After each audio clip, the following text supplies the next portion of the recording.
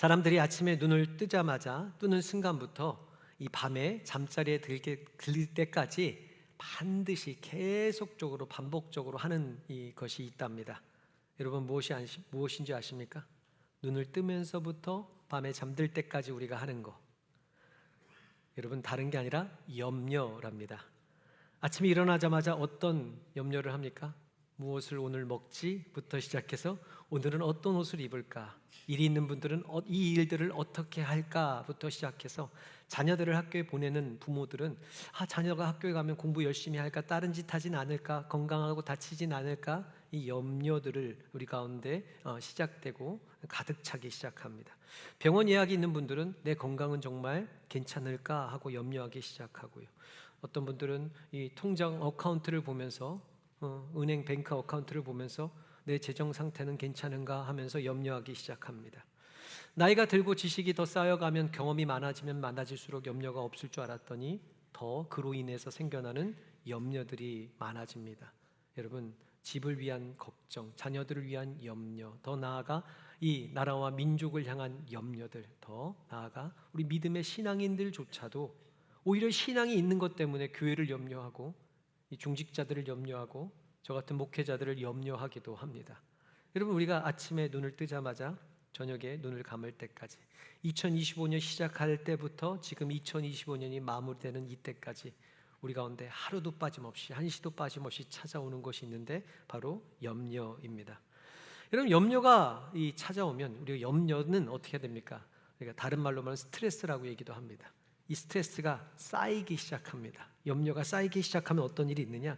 우리 몸이 벌써 반응한답니다. 면역력이 떨어진답니다. 그리고 우리 안에 있는 독성 인자들이 높여져서 많은 질병들을 유발한다고 합니다. 대표적인 질병들 중에 염려, 스트레스가 쌓이면 고혈압이 있답니다. 혈압이 올라간답니다. 심장이 막 두근두근 뛰기 시작하죠. 이 첫사랑을 만났을 때 그 아름다운 그 심장의 뜀이 아니라 불안해, 어떤 심장이 뛰기 시작하면 어떤 질병이 찾아옵니까? 심장병이 찾아온답니다. 그리고 이 먹은 것마다 소화가 안 되니까 위궤양과 또 이 위장병이 찾아오고, 그러고 나서 밤이 되면 결국 불안함으로 인해서 여러분 불면증에 시달리게 된답니다. 이것이 지속되다 보면 어떤 질병에 걸린 줄 아십니까? 암에 걸린답니다. 여러분 인정하십니까? 근데 여기서 끝나면 안 됩니다. 정신적인 질환도 찾아온답니다. 불안하고 두려움이 밀려오면 불안장애부터 시작해서 공황장애, 그리고 우울증에 걸리게 된답니다. 제가 옛날에 사역했던, 옛날에 자라왔던 제 교회 중에 친구가 한 명 있었습니다. 시의 공무원으로 일하는 친구였는데요, 아주 성실하고 성품도 이 정도면 아주 훌륭한, 그 정도 훌륭한 친구가 없는 겁니다. 근데 시에서 열심히 일하다가 어느 날 국정원 직원들이 찾아왔답니다. 그리고 이 컴퓨터를 다 압수해 가면서 하는 얘기가, 당신 컴퓨터는 지금 이 북한의 해커들에게 해킹을 당했답니다. 그리고 일주일 동안 나오지 말고 집에 치과하라 라는 어떤 그런 지시가 내려왔답니다. 일주일 동안 있으면서 별의별 생각이 다 들었답니다. 갑자기 이 정신적으로 아주 정상적이고 멀쩡하고 믿음 신앙 좋았던 친구 가운데 두려움이 밀려오기 시작했답니다. 밖에 나가서 마켓에서 뭐를 사러 나갔는데 갑자기 뒤에 누가 자신을 따라오고 미행한다라는 두려움이 엄습했답니다. 자녀를 유치원에 데려다 주면서 무슨 생각이 들었냐면, 이 자녀를 누가 잡아가면 어떻게 하나 하는 근심이 밀려들기 시작했답니다. 하는 일마다 밥을 먹을 때 누가 독을 탔지 않았나, 이런 생각도 들기 시작했답니다. 밤새 잠을 못 자는 지가 한 달여가 지나갔답니다. 이러다 죽겠다 싶었답니다. 그리고 어느 순간인가 그 친구가 15층에 살았는데 15층 아파트에서 딱 밑을 베란다 밖을 보니까 이거 떨어지면 내가 이 근심들이 없어지겠다는 이상한 위험한 생각까지 들기 시작했답니다.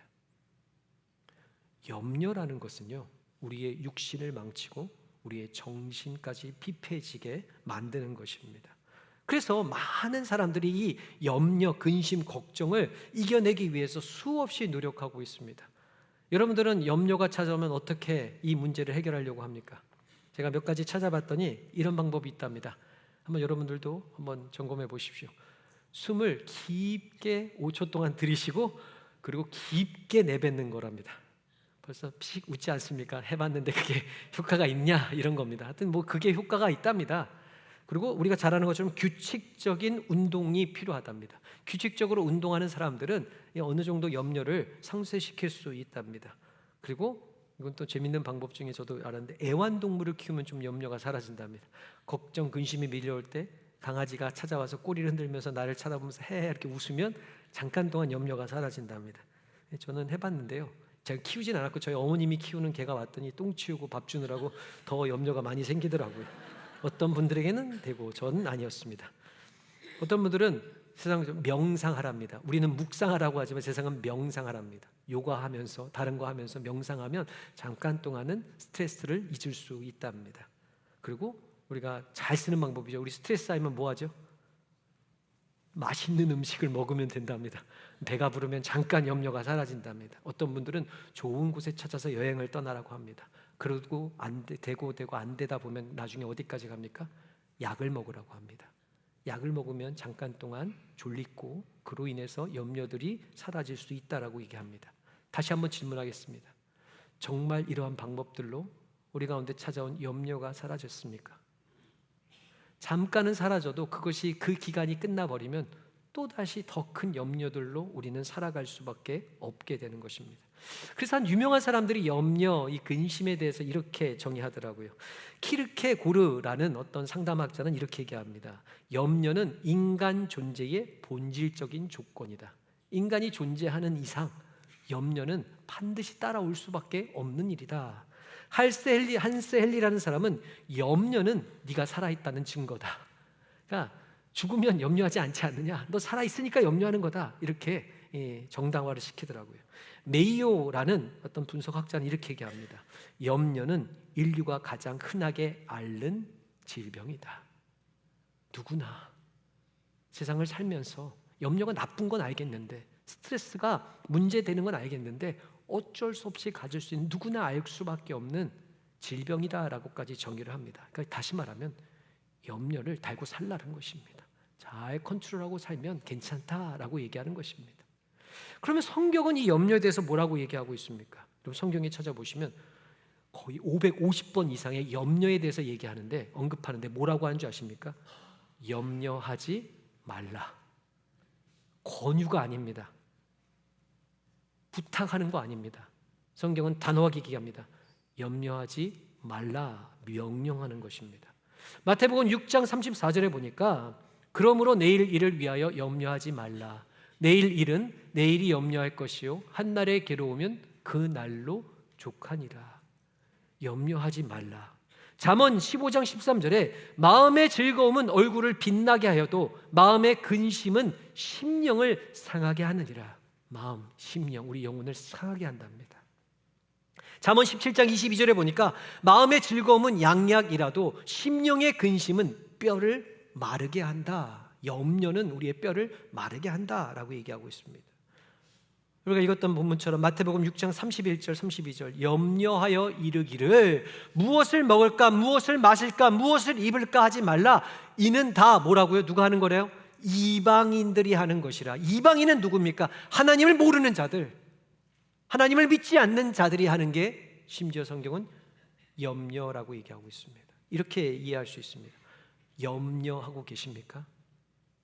이야기는요, 나는 하나님을 믿는지 아닌지를 점검하는 것입니다. 염려는 이와 같이 우리 가운데 역사한답니다. 더 나아가 이 염려가 찾아와 계속해서 쌓이게 되면 마태복음 13장 22절에 가시떨기에 뿌리웠다라는 것은 말씀을 들으나 세상의 염려와 재리의 유혹에 말씀이 막힌다. 그래서 결실을, 열매를 맺지 못한다라고까지 얘기하고 있습니다. 여러분, 요즘 말씀이 안 들려. 저 목사가 뭔가 좀 설교를 좀 못하는 것 같은데 말씀이 들려지지가 않습니다. 내 삶의 말씀이 깨달아지지가 않습니다. 여기서 점검해야 될 것이 있습니다. 염려에 가로막힌 것이 아닌가 하는 것입니다. 그럼 여기서 끝나는 것이 아니죠. 결국에는 열매를 맺지 못한답니다. 여러분, 마태복음 7장 19절에 이런 말씀이 있습니다. 아름다운 열매를 맺지 아니하는 나무마다 찍혀 불에 던져지느니라. 우리 크리스찬, 우리 성도들의 삶에는요 반드시 열매가 맺혀져야 됩니다. 말씀의 씨앗이 뿌려지면, 우리 가운데 성령께서 우리를 인도하신 은혜의 단비가 뿌려지면 우리 삶 가운데 반드시 일어나야 되는 것이 아름다운 열매입니다. 그런데 염려가 우리 가운데 우리를 가로막게 되면요 열매를 맺지 못한답니다. 열매를 맺지 못함으로 말미암아 하나님 마지막 때에 그것을 가지고 심판하시겠다까지 우리를 경고하시는 것입니다. 여러분, 염려라는 것은요 컨트롤하는 것이 아닙니다. 우리가 가진 능력으로 이것을 어느 정도 다스리는 게 아닙니다. 염려는 죄라는 것을 잊지 마십시오. 죄는 우리가 다스릴 수 없습니다. 이 죄라는 것, 이 사단 악한 영 마귀는요 이 염려라는 것을 통해서 날마다 성도들을 공격합니다. 특별히 믿음 생활, 신앙 생활 열심히 하려고 결단한 성도들을 가운데 찾아옵니다. 염려를 집어넣으면요 신앙의 길이 멈춰집니다. 말씀이 들려지지 않습니다. 이어져서 근심과 원망과 불평 속에 사로잡혀 사는 것입니다. 염려는요 반드시 우리가 해결할 수 있어야 됩니다. 다시 한번 말하지만 우리는 해결할 수 없습니다. 주님 앞에 겸손히 맡겨야 됩니다. 그래서 우리가 이 염려라는 단어가 도대체 성경은 더 자세하게 해결하기 위해서 무엇라고 얘기하는지를 좀 살펴보기 원합니다. 헬라어로 보니까요 오늘 이 두 가지 단어를 잊지 마십시오. 하나는 메람나오라는 뜻이고 두 번째는 메람나테라는 뜻입니다. 두 가지 이 염려라는 단어가 있습니다. 한 단어의 뜻은 이겁니다. 분주하다라는 뜻이고요. 또 다른 하나는요 마음이 갈라지다라는 것입니다. 이것을 종합해서 얘기하면 성경에서 말하는 도대체 염려의 본질적인 본체는 무엇이냐? 마음이 분주하여 둘로 나눠지는 상태를 염려라고 얘기하고 있습니다. 분주하기 시작하면요 마음이 나눠지기 시작하고요 그로 말미암아 반드시 우리 가운데 찾아오는 게 뭐라고요? 염려라고 성경은 이야기하고 있습니다. 이 단어가 가장 잘 우리에게 알려진, 적용되어진 말씀이 바로 누가복음 10장의 마르다와 마리아에 대한 이야기에서 이 단어가 나오는 것을 보게 됩니다. 예수님께서 제자들과 함께 마르다와 마리아의 집에 방문하셨습니다. 아주 빈민촌에 사는 마리아와 마르다의 집에 방문하셨습니다. 그것도 이름도 없는 무명한 자였던 마르다와 마리아의 집에 방문하셨습니다. 그곳에서 제자들과 함께, 거기에 모인 사람들과 함께 천국의 복음을 전하시는 겁니다. 하나님의 천국의 말씀을 그곳에서 전하시는 겁니다.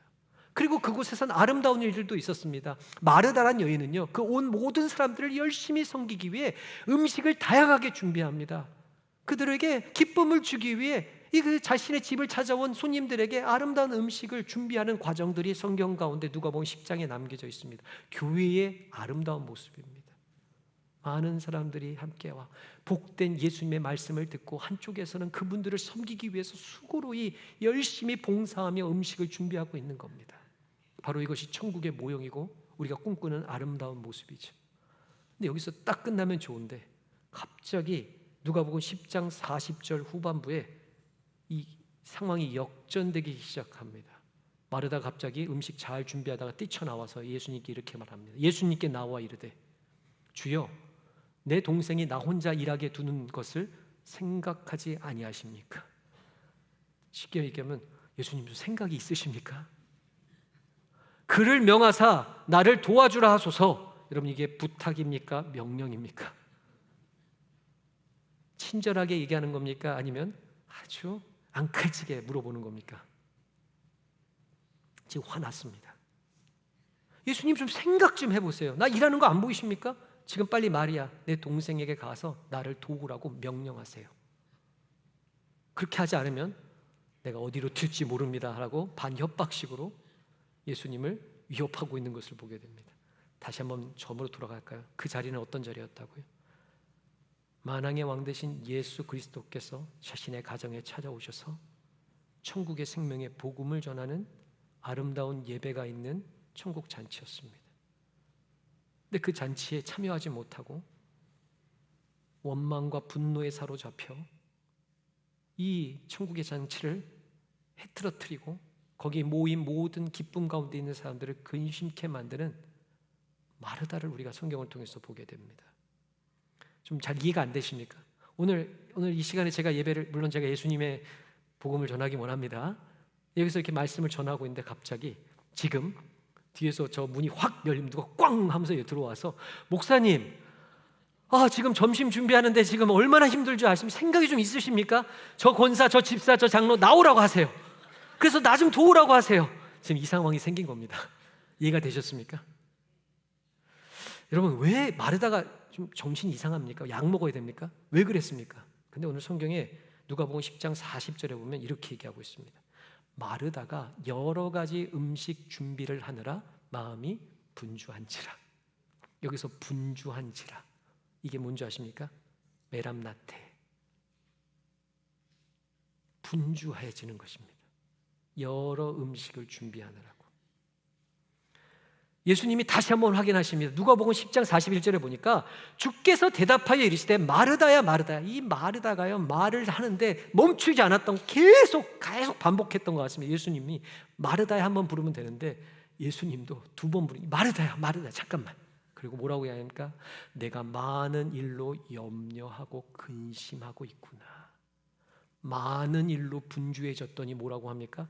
염려와 근심이 찾아왔구나 라고 예수님께서 진단하시는 것을 보게 됩니다.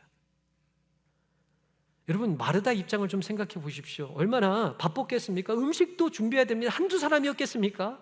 그리고 정말 말씀도 그가 듣고 싶지 않았겠습니까? 말씀도 듣고 싶고 음식도 준비하고 싶고, 그리고 더 나아가 예수님을 기쁘게 하고 싶기도 하고 거기에 모인 사람들도 기쁘게 하고 싶기도 하고, 더 나아가 음식 잘 만들면 예수님께 맛있다고 좀 인정도 받고 싶고 모든 사람들에게 좀 칭찬도 받고 싶은 마음이 막 겹쳐져 있는 것입니다. 이런 모든 것들이, 모든 것을 다 해야 되는데 그로 인해서 마음이 분주하여졌고, 그것으로 말미암아 염려가 찾아오기 시작했고, 염려가 쌓이다 보니까 원망과 불평과 비난과 천국의 기쁨의 잔치에 참여하지 열매 맺지 못하는 삶으로 그 자리에 마르다가 서게 되었더라는 것입니다.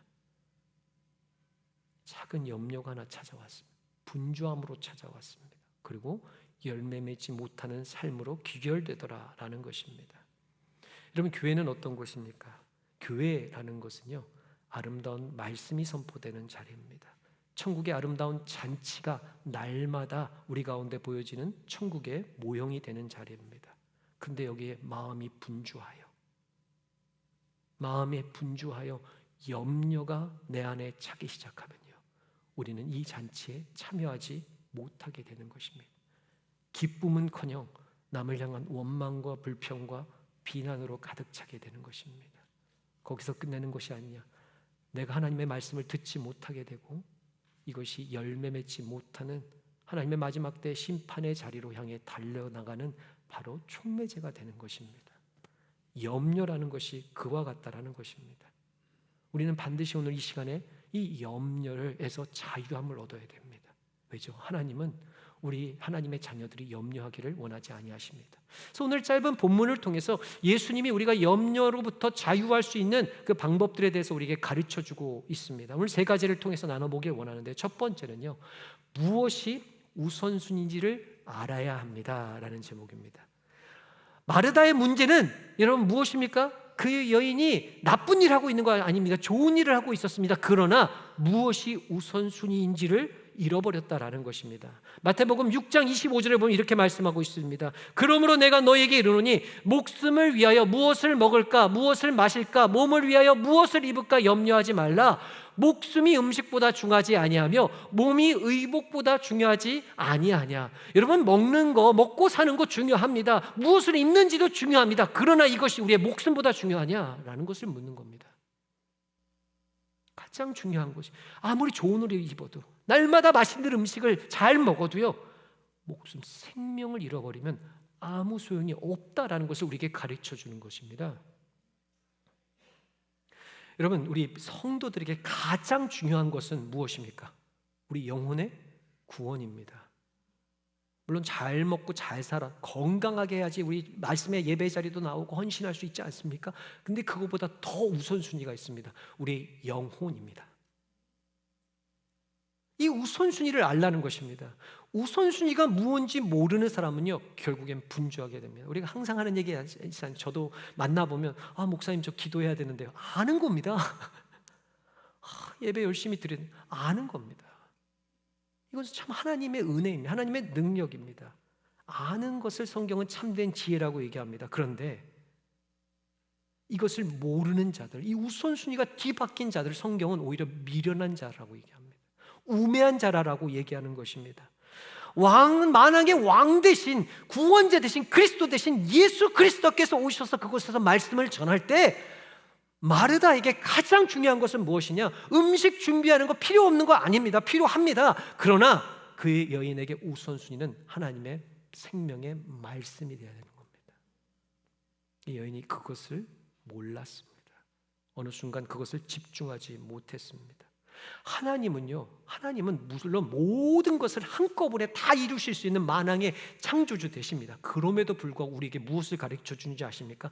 하나님의 우선순위가 무엇인지를 알려주십니다. 마태복음 6장 26절에 보면 공중의 새를 보라, 심지도 않고 거두지도 않고 창고에 모아들이지도 아니하되 너희 하늘 아버지께서 다 기르시나니, 하나님께 다 중요하다라는 것입니다. 그러나 너희는 이것들보다 더 중요하고 귀하지 아니하냐? 하나님은 모든 것을 한 번에 말씀으로 창조하시고 다스릴 수 있는 분임에도 불구하고 우리에게 말씀하십니다. 나에게는 너희가 우선순위라는 것입니다. 이 모든 것보다 너희들이 더 귀하다라고 우리에게 분명히 가르쳐 주십니다. 이것을 아는 것을 지혜라고 얘기합니다. 우리도 하나님의 형상대로 창조된 우리도 우리 삶의 가장 우선순위가 무엇인지를 알아야 됩니다. 여러분, 교회의 우선순위는 누굽니까? 담임 목사? 아닙니다. 교회의 가장 우선순위는 교회의 머리 대신 예수 그리스도가 되는 겁니다. 여러분, 가정에서 가장 우선순위는 가장입니까? 요즘은 자녀들이죠. 아니요. 우선순위 잊지 말아야 됩니다. 그 가정의 머리 대신 예수 그리스도셔야 합니다. 교회 공동체, 그래서 가장 우선순위는 무엇이 돼야 됩니까? 이번에는 돼야 되는 거죠. 교회의 가장 우선순위는 뭐죠? 여기 대답이 딱 나오셔야 되는데 예배 아닙니까? 하나님께서 이스라엘 백성을 출애굽시키실 때 그들에게 약속하신, 그들에게 선포하신 것이 무엇입니까? 이 백성은 나를 예배하기 위해, 찬양하기 위해 부름을 받았다라는 겁니다. 이사야 선지자, 많은 선지자를 통해서 우리의 구원받은 목적, 우리 창조의 목적을 하나님을 예배함이라고 말씀하고 있습니다. 성막을 광야의 땅 가운데 세우시고 더 나아가 이 땅 가운데 교회 공동체를 예수님의 핏값으로 세우신 이유를 뭐라고 얘기하고 있습니까? 그분을 예배하기 위함이라는 것입니다. 봉사해야죠. 선교도 해야죠. 전도도 해야죠. 구제도 해야죠. 잊지 말아야 될 게 있습니다. 이것보다 더 우선순위에 있는 것입니다. 하나님을 온전히 예배하는 것입니다. 우리가 이거를 잃어버리면요, 마음이 분주해지기 시작합니다. 교회 왔습니다. 목자들은 목원들 섬겨야죠. 또 맛있는 음식도 좀 해먹여야죠. 이것도 하고 저것도 해야 돼요. 얼마나 할 일이 많습니까? 근데 또 교회 일들을 보면요, 하는 분들만 하게 됩니다. 그러다가 나중에 항상 하는 얘기가 있습니다. 아, 이제 지쳤어요. 이제 못하겠어요. 그리고 나서 가장 우선순위를 쉽게 내려놓습니다. 분주하여 염려가 찾아오니까 말씀이 들려지지 않습니다. 우선순위가 무엇인지를 알아야 됩니다. 우리의 성도의 우선순위는 하나님을 예배하는 것입니다. 이거를 잃어버리면 안 됩니다. 그렇다면 우선순위를 알았으면 두 번째 중요한 게 무엇이죠? 우선순위를 선택해야죠. 여러분, 우리 가장 원하시는 그 우선순위, 하나님 기뻐하시는 것을 선택할 때 우리는 염려, 분주함에서 이겨낼 수 있습니다. 누가복음 10장 42절에 보십시오. 이제 마르다와 마리아를 통해서 하나님께서 말씀하신 다음에 마르다에게 다시 한번 알려주십니다. 몇 가지만 하든지 혹은 한 가지만이라도 족하니라 마리아는 이 좋은 편을 택하였으니, 선택하였으니 빼앗기지 아니할 것이다. 우선순위를 알고 우선순위를 선택하였을 때 하나님께서 주시는 약속은 무엇입니까? 예수님이 주신 약속은 빼앗기지 않을 것이다. 반대로 우선순위를 알았지만 택하지 못했을 때는 빼앗긴다라는 것입니다. 마르다야, 잘 봐라. 많은 일 하는 거 나쁜 거 아니다. 얼마나 수고하고 애쓴지 안다. 그러나 마리아는 가장 좋은 우선순위를 택하여 말미암아 빼앗기지 않을 것이다 라고 가르쳐주고 계시는 것을 보게 됩니다. 만왕의 왕 되신 주님의 말씀을 듣는 자리, 예배하는 자리가 우리 삶의 가장 우선순위임을 깨닫고 그것을 선택하면 빼앗기지 않게 될 것입니다. 우리에게 가장 하나님 기뻐하시 주시길 원하는 건 믿음입니다. 믿음의 길, 믿음의 여정, 믿음께 말씀에 순종하며 나아가면 우리는 그것을 빼앗기지 않게 될 것입니다. 여러분, 바라크원학교는 2025년 여러분들에게 가장 중요한 것은 무엇이었습니까? 정말 다 얻으셨습니까? 세상의 우선순위는 다 빼앗깁니다. 다 다른 사람에게 넘어갈 수밖에 없습니다. 우리는 우선순위가 무엇인지 알고 택해야 됩니다. 택하지 못했을 때 어떤 일이 일어난 줄 아십니까?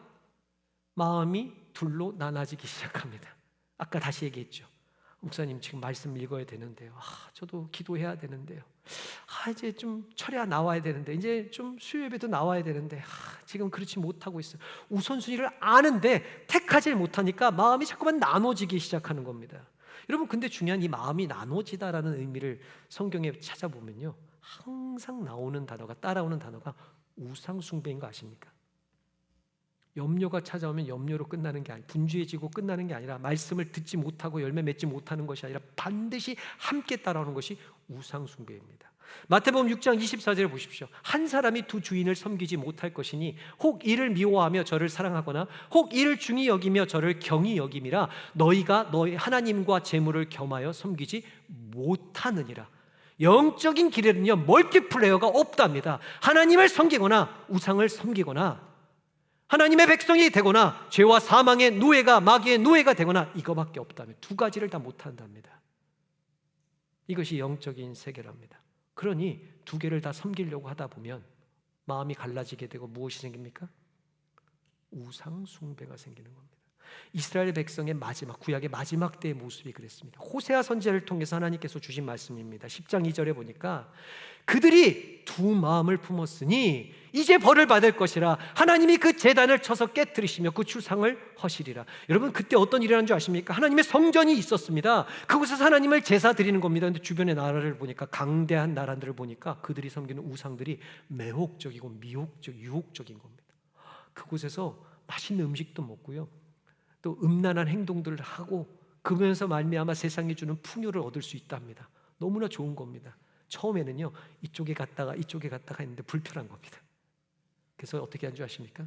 이것을 가져와서 합쳐버린 겁니다. 지금으로 말하면 한쪽은 십자가를 보고 예배하고 이쪽에는 이상한 불상을 섬기고 그 앞에 절하고 있는 겁니다. 한 성전 안에서 이것을 스스럼 없이 행하더라는 것입니다. 온갖 다원주의라고 말하면서 온갖 세상의 신들을 교회 안에 다 끌고 와서 다 함께 좋은 게 좋은 거 아니냐 하면서 그 앞에 엎드리고 엎드리고 절하고 예배도 드리는 겁니다. 하나님께서 가증하다고 말씀하십니다. 내가 반드시 벌하시겠다 말씀하십니다. 그 벌의 결과가 뭔지 아십니까? 이제는 하나님의 백성이 아니라 바벨론의 노예와 포로로 살게 하셨습니다. 이것이 두 마음을 품은 자들의 우상숭배의 결과였다라는 것입니다. 시작은 어디였다고요? 염려함이었습니다. 여러분, 다시 한번 질문하겠습니다. 염려가 어느 정도 가지고 사는 것이 당연한 겁니까? 어느 정도 잘 컨트롤하면 괜찮은 겁니까? 성경은 그렇게 얘기하지 않습니다. 마태복음 6장 33절에 이렇게 말씀합니다. 그런즉 너희는 먼저 그의 나라와 그의 의를 구하라. 그리하면 이 모든 것을 너희에게 더하시리라. 약속입니다. 필요 없는 거 아닙니다. 필요한 거 많습니다. 그러나 먼저 하나님의 나라와 하나님의 의를 구하는 자에게 하나님께서 더하셔 주신다는 겁니다. 우선순위가 무엇인지 알고 우선순위를 택하는 자들은 여러분, 믿음을 잃지 않지만 더 나아가 그 이외의 수많은 것들도 필요를 따라서 하나님께서 공급해 주시겠다는 것입니다. 내가 수고하고 노력해서 분주하게 뛰어나면서 얻는 것들은요, 곧 사라질 것들입니다. 세상이 변하면 빼앗길 것입니다. 하나님이 주시는 것은 빼앗기지 않습니다. 염려하지 마시기 바랍니다. 그러면 이제 딱 여기서 말씀이 끝나면 그래, 오늘 말씀은 염려하지 말아야 되겠구나. 근데 항상 저한테 나중에 질문하는 게 있습니다. 제 아내가 저를 이렇게 질문하더라고요. 그럼 어떻게 하라고요? 알겠어요. 염려하지 말아야 되는데 우선순위도 뭔지 알겠는데 도대체 어떻게 그러면 선택합니까? 라고 묻는다면, 그래서 오늘 세 번째를 준비했습니다. 세 번째, 염려를 주께 맡겨야 합니다. 여러분 베드로전서 5장 7절에 보십시오. 너희 염려를 다 주께 맡겨라. 이는 그가 너희를 돌보심이라 라고 얘기하고 있습니다. 도대체 맡기라는 게 무엇이냐?